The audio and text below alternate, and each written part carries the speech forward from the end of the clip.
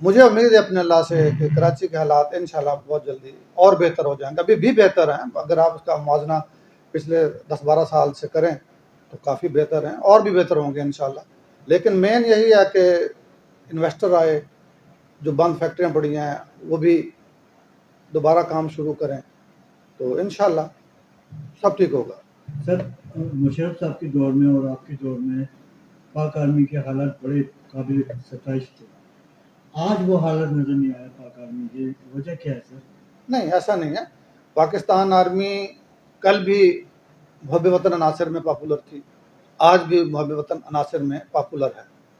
ہوتا یہ ہے کہ کچھ لوگ ہوتے ہیں جن کے پاس پوری معلومات نہیں ہوتی، جی اور وہ ناقص معلومات کی وجہ سے اور جھوٹے پروپیگنڈا کی وجہ، جس میں ہم سے زیادہ دشمن کا ہاتھ ہوتا ہے. عوام آج بھی اپنے آرمی سے پیار کرتی ہے. آرمی پاکستان کے لوگوں کی ہے، پاکستان کے ہر صوبے کی، کشمیر کی نمائندگی افواج پاکستان میں موجود ہے. اور ایسا نہیں ہے کہ خدا نخواستہ فوج کے خلاف ہیں لوگ. کچھ سیاسی لوگ جو پروپیگنڈا کر کے کوشش کرتے ہیں، لیکن مجھے امید ہے کہ ایسا نہیں ہے. پاکستان کے عوام پاکستان سے پیار کرتے ہیں، پاکستان کی افواج سے پیار کرتے ہیں، کشمیریوں سے پیار کرتے ہیں. سر واقعہ 9 مئی پوری دنیا کے سامنے ہے. ملٹری ٹرائل ہو رہے ہیں لیکن ان کو سزائیں نہیں دی جا رہی، وجہ کیا ہے سر؟ دیکھیں، سزائیں عدالتوں کا کام ہے. جو ایشو عدالت میں ہوتا ہے جی. تو اس پہ کمنٹس بنتے نہیں ہیں، تو عدالتیں بہتر سمجھتی ہیں، تو میں اس کے اوپر کوئی کمنٹس دینا نہیں چاہوں گا. پاکستان میں آئندہ عام انتخابات کی تیاریاں جاری، آپ کے سلسلے میں الیکشن کمیشن آف پاکستان صاف شفاف الیکشن کروانے میں کامیاب ہوگا؟ دیکھیں، الیکشن کمیشن اکیلا کچھ بھی نہیں کر سکتا. الیکشن کمیشن ایک ہمارا قومی ادارہ ہے اور ہمیں اپنے تمام اداروں سے پیار ہے. الیکشن کمیشن کے ساتھ انتظامیہ ہوتی ہے، اور انتظامیہ کے ساتھ ساتھ سیاسی پارٹیاں بھی ہوتی ہیں، سیاسی پارٹیوں کے ورکر بھی ہوتے ہیں. تو اگر یہ سارے سیاسی پارٹیوں کے ورکر مل کے، انتظامیہ مل کے الیکشن کمیشن کا ساتھ دے تو میرا خیال ہے انشاءاللہ پرامن انتخابات ہوں گے.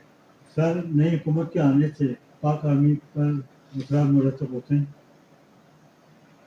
دیکھیں، کوئی بھی حکومت ہو پاکستان میں، آرمی حکومت کے ماتحت ہوتی ہے، اور یہ حکومت وقت کی ذمہ داری ہوتی ہے کہ پاکستان کے ارد گرد جو خطرات ہیں، اندرونی خطرات ہیں، بیرونی خطرات ہیں، ان کو مد نظر رکھتے ہوئے افواج پاکستان کی جو جائز ضروریات ہیں وہ پورا کریں، اور کرتی آئی ہیں سابقہ حکومتیں، اور امید ہے آئندہ بھی کرتی آئیں گی. سر الیکشن معیشت اور پاکستان کا مستقبل آپ کس نظر سے دیکھتے ہیں؟ دیکھیں، پاکستان کو اللہ تعالیٰ نے بے انتہا ریسورسز دیے ہیں، وسائل، انسانی وسائل، قدرتی وسائل بے تحاشا ہیں. لیکن اس کے ساتھ ساتھ ہمارے ہاں کرپشن کا ایلیمنٹ موجود ہے، اور جب تک کرپشن کا ایلیمنٹ موجود ہے وہ ترقی کی رفتار ہم نہیں پا سکتے. مجھے عدالتوں سے امید ہے، اسی طریقے سے پراسیکیوشن سے امید ہے، جو کرپشن وغیرہ کے کیسز ہوتے ہیں ان کو میرٹ پہ ڈیل کیا جائے، میرٹ پہ سزائیں دی جائیں. تو انشاءاللہ پوٹینشلز بہت ہیں پاکستان میں، پاکستان ترقی کرے گا انشاءاللہ. سر قیام پاکستان سے لے کر آج تک کوئی بھی وزیر اعظم اپنی مدت پوری نہ کر سکا، وجہ کیا ہے سر؟ یہ دیکھیں، میں سیاسی آدمی نہیں ہوں، آپ کو پتہ فوجی آدمی ہوں، آپ نے مجھ سے سوال نہیں کرنا چاہیے تھا بالکل. اور جو بھی پاکستان میں ہوتا ہے وہ تالی ایک ہاتھ سے نہیں بجتی. جو حکومتوں کو ہٹاتے ہیں ان کو کچھ چیز نظر آتی ہے جو عوام کو نظر نہیں آتی. اور چونکہ میں نے کہا کہ پاکستان کے دشمن بہت ہیں، اندرونی بھی بیرونی بھی، اور جب بعض لوگوں کو احساس ہوتا ہے کہ حکومتیں وہ نہیں کر رہی جو دشمنوں سے تیاری کے لیے کرنا چاہیے، تو عوام میں سے عوام کی خواہشات کے مطابق ہی تبدیلیاں آتی ہیں. سر آپ کا گہرا تعلق فن و موسیقی سے، کتنے کامیاب ایونٹ کیے ہیں ماشاءاللہ آپ نے. فن و موسیقی نظر نہیں آتی، یہ حکومت وقت کہاں ہے سر؟ اصل میں فن موسیقی سے میرا اتنا ہی تعلق ہے کہ میں میوزک لور ہوں، اور کوئی بھی اچھا سنگر ہوتا ہے یا آرٹ لور ہوں بیسیکلی، چاہے وہ میوزیشنز ہوں، اچھے شاعر ہوں، اچھے سنگرز ہوں، میں سب سے پیار کرتا ہوں. لیکن جیسے کہا کہ حکومت وقت جو کر سکتی ہے، آپ نے دیکھا آرٹس کونسل ہے کراچی میں ہے، لاہور میں ہے، ایکٹیولی یہ لوگ فنکاروں کی دیکھ بھال کر رہے ہیں. تو حکومت وقت جو کر سکتی ہے کرے، لیکن چونکہ پاکستان بہت امیر ملک نہیں ہے تو حکومت وقت کے ساتھ ساتھ میں جو ہمارے صاحب استطاعت لوگ ہیں ان کو کہوں گا کہ ان کے لیے پروگرام کریں، ان کو اچھے معاوضے دیں. ہمارے پڑوسی ملک میں بھارت میں یہی فلموں کی وجہ سے وہ کہیں سے کہیں پہنچ گئے ہیں، وہاں کے فنکار بہت کماتے ہیں.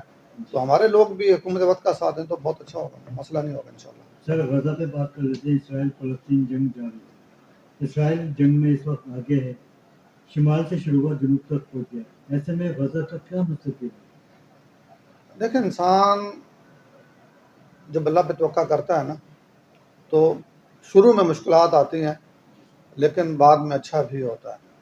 ابھی ہمارے سامنے امام حسین علیہ السلام کی مثال موجود ہے کہ آپ نے لاکھوں کے لشکر کے سامنے 72 قربانی دی، 72 افراد کی، 72 شہداء کی کربلا میں، اور آج وہ لاکھوں کے مارنے والے آپ کو نظر نہیں آئیں گے، وہ 72 کے مارنے والے نظر آپ کو آئیں گے. تو انشاءاللہ غزہ کا مستقبل ٹھیک ہوگا. مسلمانوں پہ مشکل وقت ہے لیکن آپ میں اس کو مکمل کرنے دیں. لیکن آپ دیکھیں یہ غزہ کی جنگ چھیڑی کس نے؟ حماس نے چھیڑی ہے. بہت چند تھے، یہ بالکل ایسے ہی ہے جیسے بدر میں 313 جو ہے نا وہ ڈٹ گئے تھے 1000 کے سامنے. تو انشاءاللہ بہتر ہوگا، قربانیاں دینی پڑتی ہیں. سر آپ کیا سمجھتے ہیں کہ اگر اسلامی ممالک تھوڑی سی ضرورت سے کم لے لیں تو مسئلہ فلسطین حل ہو سکتا ہے؟ بالکل ہو سکتا ہے. اسلامی ممالک سے زیادہ جو بڑے ممالک ہیں نا، اقوام متحدہ ہے، امریکہ ہے، اس کے اتحادی ہیں، ایکچولی ان کو اپنی ذمہ داریوں کا احساس ہونا چاہیے. ان کو اپنی ذمہ داریوں کا بالکل احساس نہیں ہے اور انسانی المیہ پہ آنکھیں انہوں نے بند کی ہوئی ہیں. مسئلہ حل ہونا کوئی مشکل نہیں ہے. بہترین حل یہ ہے کہ فلسطینیوں کی پراپر ریاست قائم ہو، ان کے ساتھ ان پہ مظالم کرنا بند کر دیں، سب ٹھیک ہو جائے. سر کشمیر پہ ہم بات بعد میں کریں گے. پہلا آپ سے ایک سوال ہو گیا کہ ریٹائرمنٹ کے بعد آپ کی کیا مصروفیات ہیں؟ ریٹائرمنٹ کے بعد میں نے جاب کی ہے. جاب کے علاوہ ایک دو سوشل ورک کرتا ہوں میں. ایک خاص طور پہ چونکہ میں رینجر میں رہا ہوں تو میرے ساتھ کچھ پولیس کے ساتھی شہید ہو گئے تھے شروع میں. جب واپس آیا تو ان کی فیملیز کو میں نے دیکھا تھوڑا مشکل حالات میں تھے. ان کے بچوں کے ایڈمیشن وغیرہ کے لیے کوشش کرتے ہیں ہم اچھے اسکولوں میں ہو جائیں. کچھ مالی امداد دوستوں سے کہہ کے مل کے خود کر لیتے ہیں. بس یہ سوشل ورک ہے. کشمیر کے 76 برس یوم تاسیس اور کشمیر ڈے کے موقع پر کشمیر کی عظیم قربانیاں رنگ لائیں گی سر؟ انشاءاللہ. کشمیر کے لیے میں نے خاص طور پہ آپ کے انٹرویو کے لیے رات ہی ایک نظم لکھی ہے، ابھی آپ کا میں سناؤں گا.